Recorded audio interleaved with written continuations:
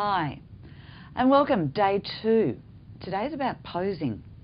And the reason I've added this one in is because of, ideally I want to see the outfits you're wearing every day. I want to see what you're putting onto Facebook so we can, join in your journey with you. And a lot of people just don't know how to pose for photographs. So you'll see that there's another little video for you to watch just under this one. It's only about 8 minutes long. It's going to give you a whole lot of tips on posing for photographs, whether you're letting someone else take it or you're taking your own. And you'll see a couple of things I mention in the one for taking your own is what angle to take a selfie on. And I will kind of have mine up here. It's probably more a bit like that. For some of those images. And I talk about putting my head over a fence. Now, I'm not kind of talking about being like that. But it's more when, see how if I'm standing here, and I learnt this when I was dancing.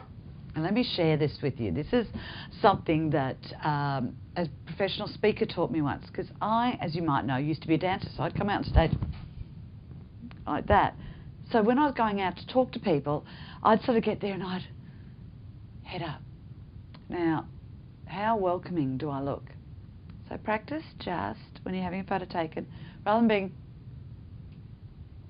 bringing in and maybe even down a little bit, because the more your eyes open,